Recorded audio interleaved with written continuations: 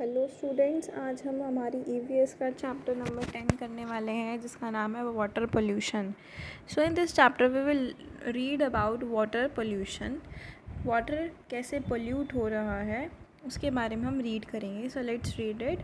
We have already learned about the natural sources of water. Name 4 natural sources of water. तो आपको ऐसे 4 natural sources बताने हैं जिससे हमें वाटर नेचुरली मिलता है, मतलब नेचर से मिलता है। तो उसके नेम्स लिखने हैं। तो first of all we have wells, reservoirs, write it as Wales,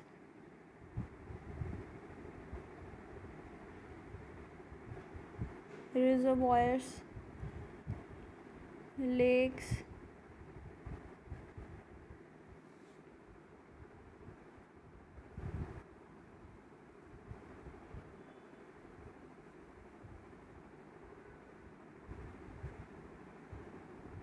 streams. So these are the 4 natural sources of water by which we get the water naturally.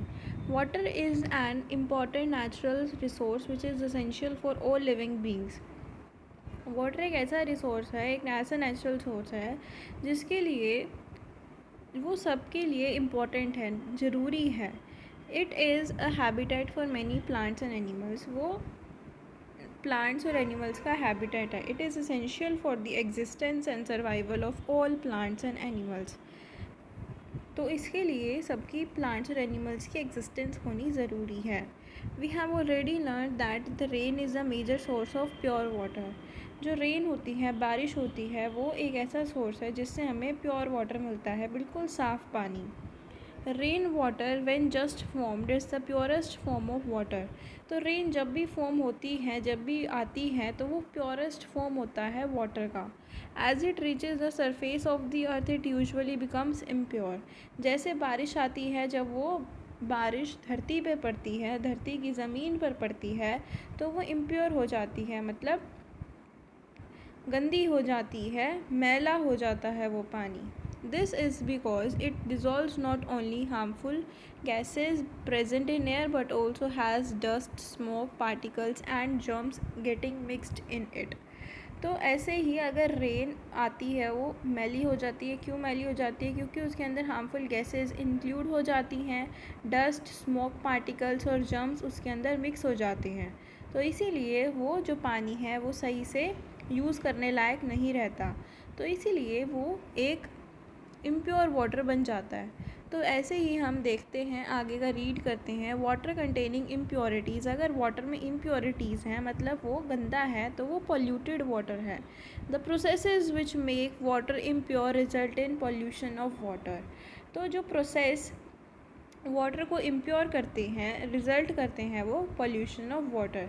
ठीक है, तो आगे हम इसके कॉजेज़ पढ़ते हैं, कारण क्या है वाटर पोल्यूशन के। As rain water reaches rivers and lakes.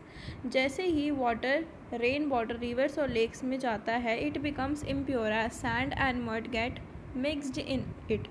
तो जैसे ही रेन वाटर रिवर्स और लेक्स में गया, वहाँ भी वो इम्प्योर हो गया, क्योंकि वहाँ पे सैंड और मड है, उसमें वो मिक्स हो जाता है और पानी गंदा हो जाता है। However there are many human activities which also increase water pollution. तो बहुत सारी एक्टिविटीज़ होती हैं जो इंक्रीज़ करती हैं वाटर पोल्यूशन को। Let us learn about some of these activities. People wash their clothes and bath in river water. जो लोग होते हैं वो कई अपने क्लोथ्स भी, अपने कपड़े भी रिवर वाटर में धोते हैं और अपने आप को नहलाते हैं रिवर वाटर में। Some people bath their cattles in rivers. Cattles means जो उनकी ये गायें भैंस होती हैं, उनको भी वो पानी में नहलाते हैं, रिवर वाटर में नहलाते हैं। ठीक है। पीपल थ्रू डोमेस्टिक वेस्ट इन रिवर्स। पीपल क्या करते हैं, रिवर के अंदर डोमेस्टिक वेस्ट को थ्रो करते हैं, डाल देते हैं, जिससे रिवर्स पोल्यूट हो जाती हैं, गंदी हो जाती हैं। Waste materials and harmful chemicals from factories. जो वेस्ट मटेरियल्स और कोई भी हार्मफुल केमिकल फैक्ट्री से जो रिलीज़ होता है, वो भी वाटर के अंदर डाल दिया जाता है, रिवर वाटर के अंदर, जिससे रिवर वाटर का पानी भी गंदा हो जाता है, मैला हो जाता है और इम्प्योर हो जाता है। Solid waste material from power plants may be thrown into the river water. जो पावर प्लांट से वेस्ट मटेरियल आ रहा है वो भी रिवर वाटर में डाल देते हैं. Water from drains, sewage goes into reverse, वो भी रिवर्स में डाल देते हैं, थ्रो अवे कर देते हैं उनको. These days farmers use chemical fertilizers, pesticides to increase the production of their crops. तो आजकल क्या होता है, जो फार्मर्स होते हैं, किसान होते हैं, वो केमिकल के फर्टिलाइज़र्स यूज़ करते हैं और पेस्टिसाइड, जिससे प्रोडक्शन ज़्यादा हो सके. प्रोडक्शन मीन्स उनकी जो क्रॉप्स हैं, उनकी जो फसलें हैं वो ज़्यादा उगे, ज़्यादा बढ़े, ज़्यादा ग्रो हो सके. तो most of these chemicals flow into lakes and rivers after getting mixed with rain water. तो वो फसलों से होते हुए रिवर वाटर में जा मिलती हैं, जिसकी वजह से वहाँ का पानी भी प्रदूषित हो जाता है, पोल्यूटेड हो जाता है. Oil spilled by tankers and oil wells pollutes sea water. तो जो ऑयल टैंकर से रिलीज़ होता है, ऑयल वेल से, वो भी सी वाटर को पोल्यूट कर देता है. देखो ये हम देख रहे हैं, देखो ये इसमें सारा का सारा पानी ये गंदा हो चुका है, रिवर वाटर. यहाँ भी oil sometimes get spilled by tankers into the sea. यहाँ से पानी बाहर सी में गिर देते हैं, जिससे पानी पोल्यूट हो जाता है. Effects of water pollution. अब वाटर पोल्यूशन के इफ़ेक्ट्स क्या हैं? Has many harmful effects. The following are some of the harmful effects of water pollution. Poisonous chemicals from factories kill marine animals. जो पॉइजनस केमिकल्स होते हैं factories के अंदर, वो मरीन एनिमल्स को किल कर देते हैं. Industrial agriculture waste increase the growth of micro organisms in water. This can reduce the supply of oxygen for the aquatic animals. जैसे इंडस्ट्रियल एग्रीकल्चर वेस्ट इंक्रीज़ करते हैं, जब फैक्ट्रीज़ में ये सब प्रोडक्शन हाई हो रहा है तो इनका वेस्ट भी ज़्यादा निकलेगा फैक्ट्री से, जिससे माइक्रो ऑर्गेनिज़म की जो ग्रोथ होगी वो बढ़ेगी पानी के अंदर.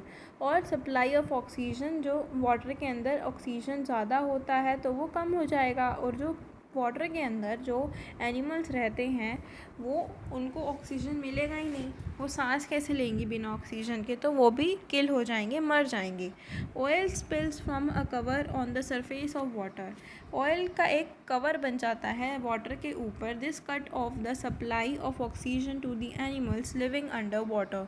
जिससे कि एक ऑक्सीजन का जो सप्लाई है एनिमल्स तक का, वो उनको नहीं मिल पाता. इसी दौरान एनिमल्स मर जाते हैं. Aquatic plants and animals get infected by polluted water. जो एक्वेटिक प्लांट्स और एनिमल्स होते हैं वो भी पोल्यूटेड हो जाते हैं. When other animals eat these infected animals और plants, they also become sick. तो जैसे ही ये प्लांट्स और एनिमल्स पोल्यूटेड वाटर से इन्फेक्ट हो गए, और अगर वही प्लांट और एनिमल कोई खाएगा, इन्फेक्टेड एनिमल्स को एनिमल खाएंगे, तो वो भी बीमार हो जाएंगे. तो सम पीपल यूज़ रिवर और pond water for drinking. 5th point में हमें गिवन है कि सम पीपल यूज़ रिवर और pond water for drinking. Drinking polluted water may cause diseases like typhoid, diarrhoea, cholera and jaundice. तो ये सब जो डिजीज़ हैं ये हमें पोल्यूटेड वाटर पीने से हो सकती हैं. So when polluted water is used for irrigation, the fertility of soil gets reduced and crops can get damaged. तो अगर हम पोल्यूटेड वाटर को अपनी इरिगेशन में यूज़ करेंगे तो फर्टिलिटी जो है सॉइल की वो रिड्यूस हो जाएगी और क्रॉप्स डैमेज हो जाएंगे. Prevention of water pollution.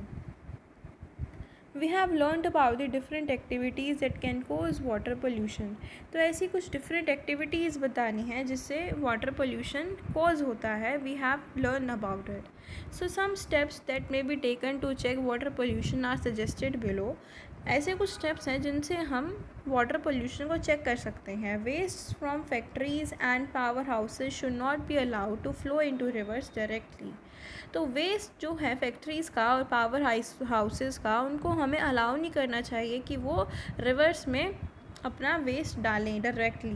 Pipes carrying sewage should be kept away from the pipes carrying drinking water. तो जो पाइप्स होती हैं, सीवेज होता है, वो उनको अवे रखना चाहिए, दूर रखना चाहिए कैरिंग ड्रिंकिंग वाटर से. वाटर फ्रॉम ड्रेन्स और सीवेज जो ड्रेन्स और सीवेज से पानी आ रहा है उनको वेल्स और रिवर्स में एंट्री नहीं देनी चाहिए, जिससे वहाँ का पानी भी पोल्यूटेड हो जाएगा, इसलिए उनको एंट्री अलाउ नहीं करनी चाहिए।